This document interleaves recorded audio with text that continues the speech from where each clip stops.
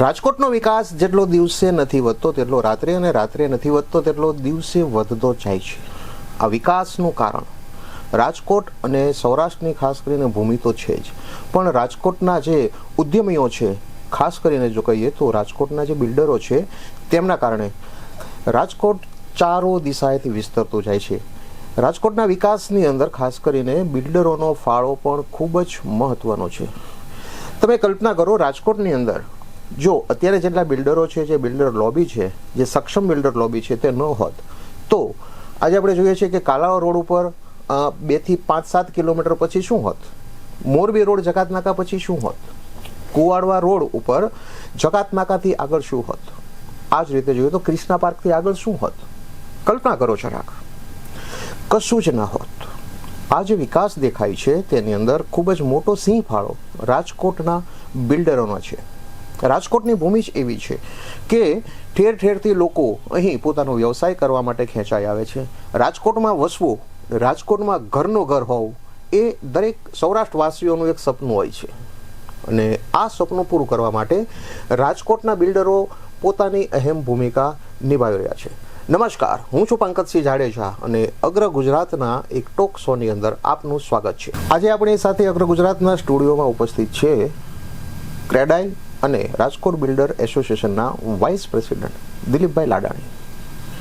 નામથી અને ચહેરાથી એમને મોટાભાગના લોકો ઓળખતા હોય છે, પણ ખાસ કરીને તેમને રાજકોટની અંદર અત્યાર સુધી જેટલા પ્રોજેક્ટો બનાવ્યા છે તેમની ગુણવત્તા અને તેમાં રહેલી એમ્યુનિટીઝને કારણે પણ લોકો તેમને ઓળખતા હોય છે. નમસ્કાર દિલીપભાઈ, સ્વાગત છે આપનું અગ્ર ગુજરાતના સ્ટુડિયોમાં. કેમ છો? એકદમ મજામાં. તમારી જે જીવનની સંઘર્ષ ગાથા છે એના વિશે ઘણું સાંભળ્યું છે, પણ રૂબરૂ વાતચીત કરવાનો અવસર પહેલી વાર મળ્યો છે. મૂળ આપનું વતન, આપનો અભ્યાસ અને રાજકોટ પ્રત્યે આપનું આકર્ષણ કઈ રીતે થયું અને રાજકોટને કર્મભૂમિ બનાવી એક સંક્ષિપ્તમાં અમારા દર્શકોને જણાવશો તો લોકોને પણ એક પ્રેરણા મળશે. મારું મૂળ ગામ કેવદરા, જુનાગઢ ડિસ્ટ્રિક્ટનું કેશોદ તાલુકાનું કેવદરા ગામ.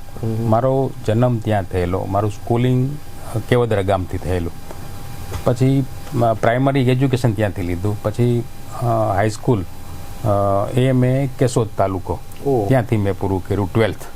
12th પૂરું કરી અને મેં ગ્રેજ્યુએશન જોઈન્ટ કર્યું આપણું એલી એન્જિનિયરિંગ કોલેજ મોરબીથી. મોરબી, ઓહો. ત્યાંથી એન્જિનિયરિંગ પૂરું કરી અને મેં ગેટની એક્ઝામ આપી. માસ્ટર ડિગ્રી મેં સ્ટ્રક્ચર સબ્જેક્ટની અંદર એ એલડી એન્જિનિયરિંગ કોલેજમાંથી મેં પૂર્ણ કરી.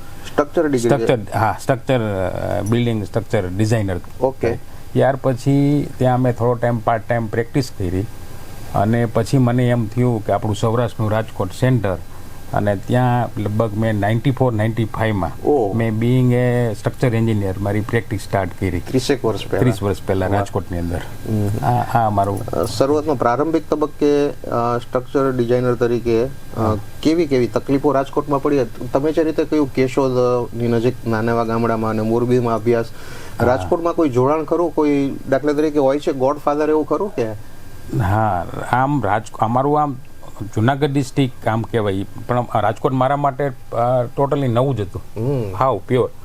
અને હાવ શૂન્યમાંથી જ મારું એજ્યુકેશનની ડિગ્રી લઈને રાજકોટમાં મેં જસ્ટ ઓફિસ સ્ટાર્ટ કરી હતી. એટલે કોઈ બેકગ્રાઉન્ડ મારું રાજકોટમાં હતું નહીં બી. એટલે starting career as a student તરીકે કહો કે એઝ એ આમ કહે ને કે જે સબ્જેક્ટમાં હતું ત્યારે સ્ટ્રક્ચરનો સબ્જેક્ટ એ કોઈ જાણતું નહોતું. અને ત્યારે કોમ્પ્યુટર ઉપરની સ્ટ્રક્ચર ડિઝાઇન એ પણ હાવ નવું જ હતું કે બિલ્ડિંગ લાઇનની અંદર આર્કિટેક્ટ જ બધું સર્વસ્વ ગણાતું. બરાબર. પણ સ્ટ્રક્ચર એન્જિનિયર જે એની માની લો કે કાર્ય પદ્ધતિ હોય એ પણ બિલ્ડર જાણતા નહીં કે ભાઈ આર્કિટેક્ટને કામ આપ્યું એમાં જ સાથે એ સ્ટ્રક્ચરનું આવી જાય. આવું રાજકોટની અંદરની પ્રેક્ટિસ ચાલતી હતી. અને એ ટાઈમમાં ફર્સ્ટ હું રાજકોટમાં માસ્ટર સ્ટ્રક્ચરની પ્રેક્ટિસ સ્ટાર્ટ કરવા. એટલે ઘણું બધું કોમ્પ્યુટર ઉપરની ડિઝાઇન મારી જે સબ્જેક્ટમાં હતી, અને એ મેં રાજકોટના બધા આર્કિટેક્ટ સાથે મળી અને ખૂબ રાજકોટની અંદર પ્રેક્ટિસ કરી. ઓલ ઓવર સૌરાષ્ટ્રમાં એક જગ્યા બાકી ન હોય, નાનામાં નાનું આમ સોમનાથ લઈ લ્યો, આ બાજુ ભાવનગર, આ સાઈડ જામનગર, ઓલ સૌરાષ્ટ્રમાં મેં ખૂબ સારું કામ બીઈંગ સ્ટ્રક્ચર એન્જિનિયર કર્યું. પ્રારંભિક તબક્કે તમને જે મુશ્કેલીઓ પડી જશે પણ લાઈફની અંદર એક ટર્નિંગ પોઈન્ટ દરેક લોકોને આવતો હોય છે. એવો કયો ટર્નિંગ પોઈન્ટ તમારી લાઈફમાં આવ્યો કે જ્યાંથી લાઈફ એકદમ સ્ટેબલ બની અથવા અપ જવાની શરૂ થઈ? અમારું છે ને મેં 94માં પ્રેક્ટિસ ચાલુ કરી અને 2001ની અંદર જે આપણો અર્થક્વેક ભુજમાં આવ્યો હતો, ભૂકંપ આવ્યો હતો, એ અમારા માટે ટર્નિંગ પોઈન્ટ ટોટલી. અને એમાં પર્ટિક્યુલર સ્ટ્રક્ચર સબ્જેક્ટમાં તો ઓલ ઓવર ઇન્ડિયા લેવલે ટર્નિંગ પોઈન્ટ જ હતો કે અમે છે ને કે એક સ્ટ્રક્ચર સબ્જેક્ટ શું છે એ બધાને ખ્યાલ આવ્યો કે આનું ઇમ્પોર્ટન્સ કેટલું છે. એટલે એ અમારું 2001નો અર્થક્વેક ભુજનો એ અમારી લાઈફ માટે અને પર્ટિક્યુલર મારા માટે પણ એ એક ચેલેન્જિંગ અને ટર્નિંગ પોઈન્ટ હતો. અને ખૂબ એ ટાઈમે અમે એક્સપિરિયન્સ લીધો. અમે પેપર ઉપરનું જે અમારું સબ્જેક્ટનું સ્ટડી હોય એનું અમે એક્સપિરિયન્સ પણ લીધો કે ભાઈ આવા વ્યવહારની અંદર એક શબ્દ એ સમયે બહુ પ્રચલિત હતો, લોડ બેરિંગ. કે લોડ બેરિંગ વાળું જો સ્ટ્રક્ચર હોય તો ભૂકંપની અસર બિલ્ડિંગ ને બહુ ઓછી થાય છે એવું. હા, એટલે લોડ બેરિંગ અને ફ્રેમ સ્ટ્રક્ચર ત્યારે લોડ બેરિંગ સ્ટ્રક્ચરનું ચલણ વધારે હતું અને અર્થક્વેક પછી એ ફ્રેમ સ્ટ્રક્ચરમાં કે ભાઈ એની સ્ટેબિલિટી વધારે, એમાં ક્રેક્સ કે જે કાંઈ અમારે ટેકનિકલ લેંગ્વેજમાં હોય કે એની અંદર તમે સ્લેબના સ્પાન મોટા રાખી શકો. એટલે ફ્રેમ સ્ટ્રક્ચરનો લોડ બેરિંગ 2 ફ્લોરનું આપણો બંગલો બનાવતા તો પણ એમાં સ્ટ્રક્ચરની ઇમ્પોર્ટન્સ આવી ગયું, એની ડિઝાઇનની રિક્વાયરમેન્ટ વધી. એટલે ફ્રેમ સ્ટ્રક્ચરનું ડિઝાઇન ની બધા જે બંગલો ડિઝાઇન બનાવતા એ પણ લેવા માંડ્યા. અને આર્કિટેક્ટને પણ રિયલાઇઝ થયું કે ભાઈ કે સારા સ્ટ્રક્ચર એન્જિનિયર, હાયર એજ્યુકેશન, જેમ આપણે ડોક્ટરની લેંગ્વેજમાં કહીએ કે MS MD ને હોય છે એમ આ સબ્જેક્ટમાં પણ બહુ આમનું અગત્યતા હોય છે. એટલે બધા બિલ્ડરોને પણ ખ્યાલ આવ્યો અને આર્કિટેક્ટને પણ ખ્યાલ આવ્યો કે આપણે સારા પ્રોજેક્ટ અને સારું એક સ્ટેબિલિટી અને ટેકનિકલ એક્સપિરિયન્સ પર્સનને આપણે રાખીએ તો ઘણું બધું ઇનપુટ્સ મળતું હોય છે પ્રોજેક્ટની અંદર.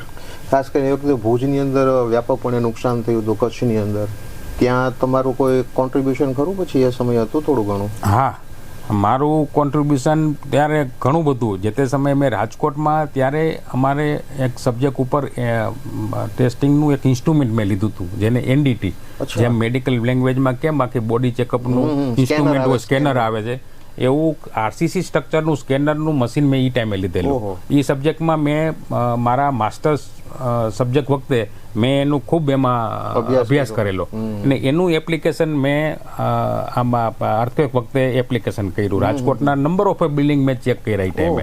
હા, પછી એ એટલું બધું હાઇલાઇટ થઈ ગયું અને બધાને ખ્યાલ આવ્યો. એટલે મેં ભુજમાં અને ઘણી બધી ગવર્મેન્ટ બિલ્ડિંગો, ઘણી બધી હોસ્પિટલોથી માંડીને ઘણા બધા બિલ્ડિંગો જે ભુજ, મોરબી જ્યાં વધારે ડેમેજ એરિયા હતા કે એની તમને એક એક્ઝામ્પલ આપું કે એની નીડ અમુક બિલ્ડિંગની તાત્કાલિક હતી કે ભાઈ એને યુઝમાં લેવું પડે એમ હતું, તો તાત્કાલિક એનું ડિસિઝન દેવું પડે એમ હતું કે ભાઈ આ બિલ્ડિંગમાં રહેવા લાયક છે કે નહીં. તો આવા બધા બિલ્ડિંગો એ ચેક કરી અને ખૂબ અમે ભુજમાં કામ કર્યું છે. રાજકોટની અંદર ઘણા બિલ્ડિંગો જે તે ઘણા જૂના બિલ્ડિંગો તો નંબર ઓફ બિલ્ડિંગમાં કે જે ત્યારે એક આપણે એક ધ્યાનમાં મૂકવું કે જે રેસકોર્સ આસપાસના જે આપણો ટાવર હતા એ લોકો રેસકોર્સમાં જ સુતા હતા, એને બિલ્ડિંગમાં જવા જ નહોતા માંગતા.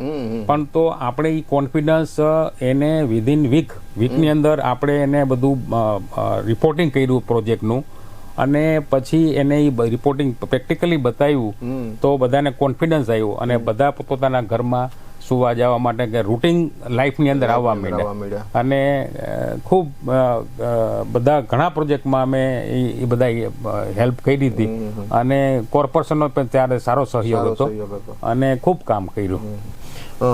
એ લાઈનની અંદરથી બિલ્ડર લાઈનમાં આવવાનું કઈ રીતે વિચાર્યું ને કઈ રીતે તમારામાં પ્રવેશ થયો બિલ્ડર લાઈનમાં? કારણ કે અત્યારે તો હું જ્યાં સુધી જાણું છું આપના પ્રોજેક્ટ પૂરતું જ કામ કરો છો.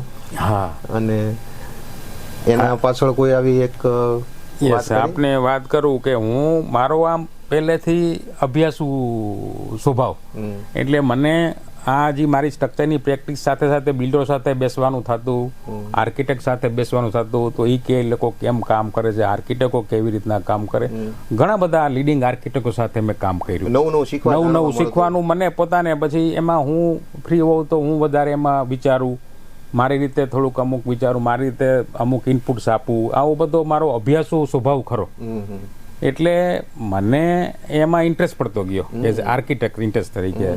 અને ઘણી બધું અમુક ડિસ્કશન બિલ્ડર સાથે થતું. એટલે આવા સ્વભાવને કારણે એ ટાઈમની અંદર મારું તો સેટઅપ અહીંયા હતું જ, પણ મારા બ્રધર ત્યાં કેશોદ, એટલે એને એના બાળકો મોટા થતા હતા. એટલે ફાધરને ઈચ્છા એમ હતી કે તું ત્યાં સેટ થયો છો તો ભાઈ રાજકોટ નાના ભાઈને તું સેટ કર તો એના બાળકોનું એજ્યુકેશન ભવિષ્યને સારું મળે. તો મેં કીધું સારું. તો અહીંયા બિલ્ડરે બેક વાત કરી મારા જે ટાઈમે હું એના સ્ટ્રક્ચરના કામ કરતો કે ભાઈ બ્રધરને સેટઅપ કરવું છે અને આવી રીતના. તો મને એને હેલ્પ કરી કે ભાઈ તમે પ્રોજેક્ટ કાંઈ વાંધો ને ત્યાં મારા રિલેટિવ એટલે અંકલની જગ્યાએ તમને નામ દઈને કહો, હર્ષદભાઈ માલાણી, બરોબર. એટલે યસ માલાડી કન્સ્ટ્રક્ટર હર્ષદભાઈ હું એનું સ્ટ્રક્ચરના કામ કરતો. એટલે મને કે ના સારું.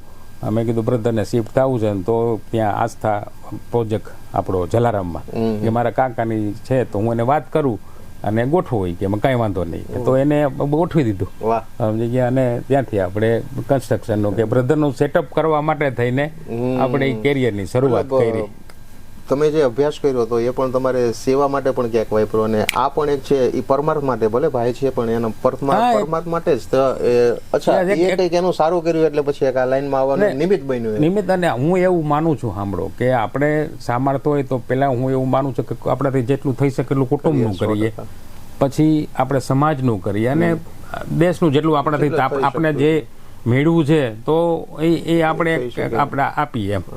એટલે એ એંગલથી આપણો દેશની વાત કરી છે તો મને એક એવો સવાલ અત્યારે સૂજે છે કે જે કન્સ્ટ્રક્શન લાઈન બિલ્ડર જે ઇન્ડસ્ટ્રીઝ છે એને સરકાર ઇન્ડસ્ટ્રીઝનો દરજ્જો આપવા માટે ઘણા સમયથી વિચારે છે, અથવા આપની માંગ છે બિલ્ડર લોબીની. ખાલી માત્ર રાજકોટ પૂરતી જ વાત નથી, ઓલ ઓવર ઇન્ડિયાની અંદર એવી માંગ એક છે કે જો આ લાઈનને ઇન્ડસ્ટ્રીઝનો દરજ્જો મળે તો ઘણા બધા બેનિફિટ બિલ્ડરોને પણ થાય અને ગ્રાહકોને પણ થાય. યસ. તો એના વિશે તમે શું વિચારો છો ને શું કઈ તમારા ધ્યાનમાં ખરું એવું? હા, આપણે વાત કરું કે એગ્રીકલ્ચર પછી અમારું રિયલ એસ્ટેટ રોજગારી આપવામાં સેકન્ડ નંબર આવે. સેકન્ડ નંબર છે. અને એટલી બધી રોજગારી જનરેશન થાય છે કે એમાં એન્ડલેસ છે. આમ તમે એટલું બધી રોજગારી છે, કારણ કે એની સાથે રિયલ એસ્ટેટ સાથે લગભગ 150 એજન્સીઓનું કનેક્શન છે, જોડાણ છે. એટલે શું થાય કે આ રિયલ એસ્ટેટનું ડેવલપમેન્ટ થાય તો રોજગારીનું પ્લેટફોર્મ મોટા ઊભું થતું જાય. એટલે અમારી વર્ષોથી એ માંગણી છે કે જો અમને એ ઇન્ડસ્ટ્રી દરજ્જો આપીએ તો અમે આ બિઝનેસ વધારે ડેવલપમેન્ટ થાય, વ્યાપક, એટલી બધી રોજગારીનું જનરેશન થાય. અને જે આપણે પીએમ વાત કરે છે કે જે આપણે 3rd નંબરની ઇકોનોમી, એમાં રિયલ એસ્ટેટનું જીડીપી એ ફર્સ્ટ હશે, નંબર 1 થશે તો આપણું ઇકોનોમિકમાં આપણે આગળ આવશું, ગ્રોથ થશે, એટલો ગ્રોથ થશે. કારણ કે જે રીતે આપણે લોકોને સામાન્ય રીતે છે ને એ વિચારમાં નથી આવતું કે એક બિલ્ડર જ્યારે એક પ્રોજેક્ટ શરૂ કરે છે ત્યારે પાયા ખોદવાથી લઈને બિલ્ડિંગ સંપૂર્ણપણે કમ્પ્લીટ થાય ત્યાં સુધી લગભગ મને એમ છે 40-50 એવી વિવિધ ઉદ્યોગો હશે. જેમ કે હાર્ડવેર ઉદ્યોગ છે, પેઇન્ટિંગ ઉદ્યોગ છે, ઈંટો બનાવવા વાળા, સિમેન્ટ છે, લોખંડ છે, એલ્યુમિનિયમ છે, સિરામિક વાળા છે.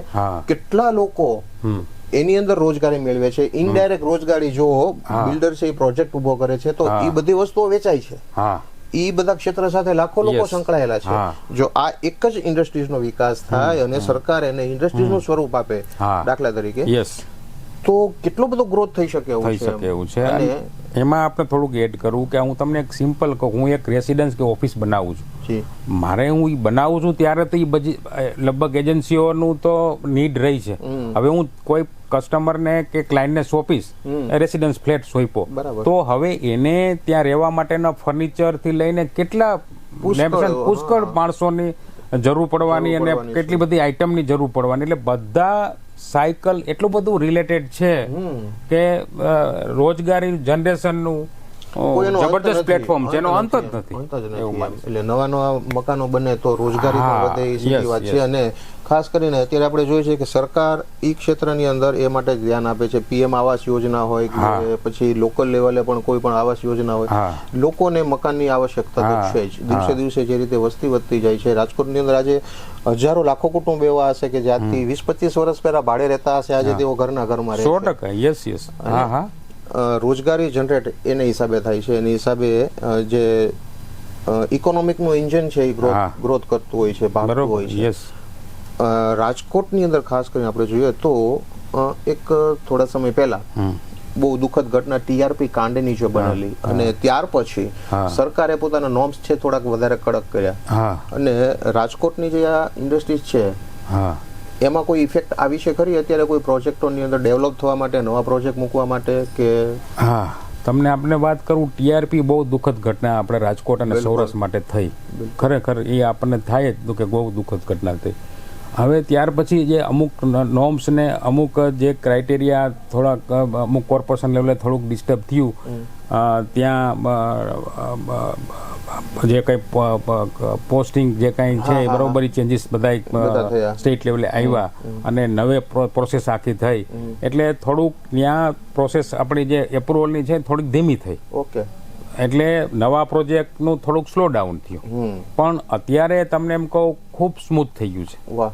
અને એપ્રુવલ પણ સારી રીતે થવા માંડ્યા છે. નવા પ્રોજેક્ટ તમને હમણાં ધ્યાનમાં આવશે કે નવા ઘણા પ્રોજેક્ટ દિવાળી ઉપર આવી રહ્યા છે, અને હજુ પણ આવશે. ઘણા બિલ્ડરો વિચારવા માંડ્યા છે, ને હું રાજકોટનું ફ્યુચર બહુ બ્રાઇટ જોઉં છું, કારણ કે ઓલ ઓવર સૌરાષ્ટ્રમાં મોન્સૂન ખૂબ સારું રહ્યું છે, અને ખેતીવાડીમાં આ શિયાળુ પાક એ ખૂબ સારો થશે. પાણીના સોર્સિસ છે એ લગભગ સોલ્યુશન થઈ ગયા છે, એટલે શિયાળુ પાક સારો થશે, એટલે નવો પૈસાનું જનરેશન ખૂબ સારી રીતે થવાનું. માર્કેટમાં પૈસો યસ, તાલુકા પ્લેસમાંથી લઈને દિવાળી ઉપર ખૂબ જેને કહે ને કે ખૂબ ગુલાબી પિક્ચર દેખાશે.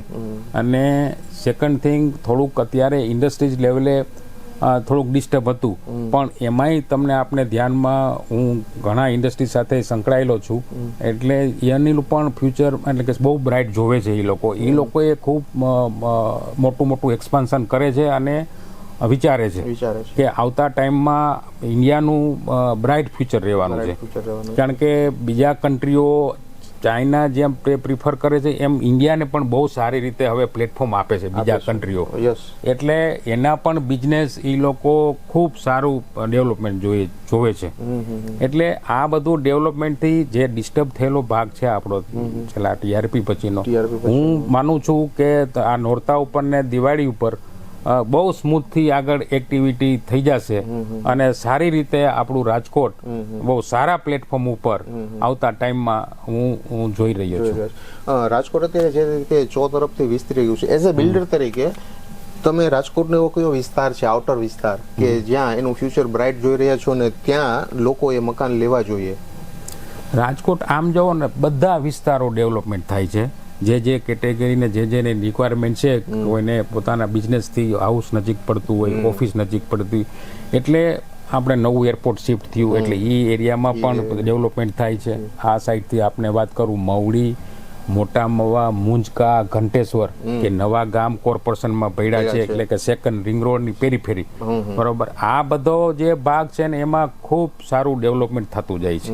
એટલે રાજકોટના ઈચ એન્ડ એવરી એરિયામાં જેને કનેક્ટિવિટી સાપર સાથે છે, કોઈને સિટી હારે કનેક્શન છે, આ મેટોડા સાથે કનેક્શન, એટલે જેને જે એરિયાનું નીડ છે અને જે કનેક્ટિવિટી પ્લસ સાથે આપણે એજ્યુકેશન સાથે, તમને નવા રેસકોર્સની વાત કરું તો ત્યાં સારું ડેવલપમેન્ટ થયું છે, એટલે એને કનેક્ટિંગ જે રૈયાથી માંડીને મુંજકા જે ભાગ આવ્યો સેકન્ડ રિંગ રોડ, 4 ટ્રેક આપણો સેકન્ડ રિંગ રોડ હવે તૈયાર કામ થવામાં છે, કટારિયા સર્કલ થાય છે. એટલે આ આખું બોર્ડર જે આપણે કહીએ છીએ, બધા બહુ સારા ડેવલપમેન્ટ થશે, અને ખૂબ સારું હું આવતા ટાઈમમાં ફ્યુચર જોઉં છું. લોકોને અત્યારે તમે જે રીતે કહ્યું, જેની જરૂરિયાત જે વિસ્તારમાં હોય, વિસ્તારની અંદર અત્યારે નવા પ્રોજેક્ટો અત્યારે બની જ રહ્યા છે, અને આવનારા દિવસોમાં આપ જે રીતે કહો છો દિવાળી પર આવશે. રાજકોટમાં અત્યારે આપના કોઈ પ્રોજેક્ટ ખરા ચાલુ હોય એવા? હા, મારા 7-8 સાઇટ ચાલે છે અલગ અલગ વિસ્તારમાં. રૈયા સાઇટ ચાલે છે, આપણે સિટીમાં ટ્વિન ટાવર ચાલે છે, મોટા મોવામાં ચાલે છે, મવડીમાં ચાલે છે. એટલે આ બધા વિસ્તારમાં મારા અલગ અલગ જગ્યાએ 7-8 સાઇટની એક્ટિવિટી, રેસિડન્સ, કોમર્શિયલ. એટલે બધા વિસ્તારમાં કે જ્યાં જે રીતના ફ્લેટ, હા, રેસિડન્સ, કોમર્શિયલ પણ શોર્ટ ટાઈમમાં આપણે લઈ આવવાના છીએ. એટલે બધું સારું ડેવલપમેન્ટ થાય છે અને સારું છે અત્યારે. દાખલા તરીકે કોઈને ફ્લેટ લેવો હોય તો એની અંદર કઈ કઈ સુવિધાઓ એ લોકો ઈચ્છે છે કે આટલું તો હોવું જ જોઈએ, અને જે ડિમાન્ડ છે એ પ્રમાણે અત્યારે બિલ્ડરો આપે પણ છે. તો કયા કયા પ્રકારની સુવિધાઓ દાખલા તરીકે ઈચ્છતા હોય છે? કોમન પ્લે એરિયા હોય, સ્વિમિંગ પુલ હોય, રૂમની અંદર અથવા ફ્લેટની અંદર બંધ દરવાજાની અંદર તો જે એમેનિટીઝ મળતી હોય જ, પણ કોમન જે સુવિધાઓ છે એની અંદર કઈ કઈ સુવિધાઓ અત્યારે પ્રચલનમાં છે વધારે અને લોકો ઈચ્છે છે? યસ, અત્યારે છે ને સિટીમાં જે લોકો રહ્યા છે અત્યારે, મને કોઈ બંગલામાં, એપાર્ટમેન્ટમાં, અને આપણે વાત કરું થોડુંક ડિટેલમાં કે ત્યાં એ લોકોએ જે ફેસ કરેલું છે, આપણે હાવ બેઝિક કહું કે આ જે પાર્કિંગ, મોટા કે બેઝમેન્ટ વગરના પ્રોજેક્ટ હતા, એટલે મોટા ઇસ્યુ પાર્કિંગના છે. હવે એ સિટીમાં પોસિબલ નથી. એમ્યુનિટીઝ ને એ બધું તો છે જ, એ આપણે એને કહીએ કે એ એક આપણી લક્ઝરી અને એક આપણે સેકન્ડ ફેઝમાં લઈ. પણ બેઝિક નીડ આપણે વાત કરું કે સિટીમાં ક્યાંક ને ક્યાંક થોડું કન્જેસ્ટેડ લાગે છે, ઓપનનેસ નથી, પાર્કિંગના ઇસ્યુ છે, બિલ્ડિંગ બહુ જૂના થઈ ગયા છે. એટલે એક તો આ નીડ છે.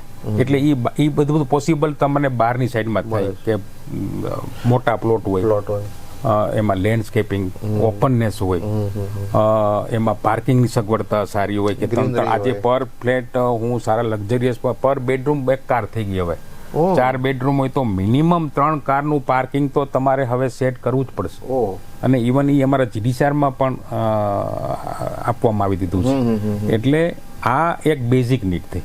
પછી તમને બીજી વાત કરું કે કેમ્પસની કે એમ્યુનિટીઝ, કે હવે બધાને એવી લાઈફ જીવવી છે, બરોબર, કોરોના પછી. અમે તો નરું કસ્ટમર સાથે ડિસ્કશન કરેલું છે અને ફીલ પણ કરેલું છે કે કોરોના પછી બધાને એક લાઈફ સારી ક્વોલિટીમાં, હેલ્ધી લાઈફ, કે ભાઈ ફ્યુચરમાં માની લ્યો કે કદાચ આવું આપણું જે શટડાઉન આવ્યું હતું કે બંધ રહે તોય પણ આપણે એક કેમ્પસમાં રહેતા હોય તો મજા આવવી જોઈએ. એટલે આ એટેન્શનથી ભલે પછી એ 2 બેડરૂમ હોય, 3 બેડરૂમ હોય કે 4 બેડરૂમ, બેડરૂમની કેટેગરી ઇમ્પોર્ટન્સ નથી, પણ પોતાની ક્વોલિટી ઓફ લાઈફ. પછી 1 બેડરૂમ ભલે હોય, પણ આવા ફેસિલિટી, આવી એમ્યુનિટીઝ હોય, એમાં કેટેગરી પ્રમાણે સ્વિમિંગ પુલ હોય, ગાર્ડન હોય, આજુબાજુમાં કોર્પોરેશનના ગાર્ડન હોય, રો રસ્તાથી કનેક્ટિવિટી સારી હોય, સ્કૂલ કોલેજ સારા મોટા રોડનું કનેક્શન હોય. એટલે આ બધી કનેક્ટિવિટી અને આવા વિઝનથી પ્રોજેક્ટમાં જનરલી અત્યારે બધા કસ્ટમર જોતા હોય રેસિડન્સમાં. એવી જ રીતે કોમર્શિયલમાં આપણે વાત કરું કે ભાઈ ઓફિસ હોય તો સારું પાર્કિંગની ફેસિલિટી હોય, પ્રોપર લિફ્ટની ટૂંકમાં એ ફેસિલિટી બધી હોય, અને એવા કનેક્ટિવિટી હોય તો ઓફિસની નીડ પણ એટલી જ છે, શોરૂમની નીડ પણ એવી જ રહેવાની છે. એટલે આવું બધું જનરલી જોતા હોય છે.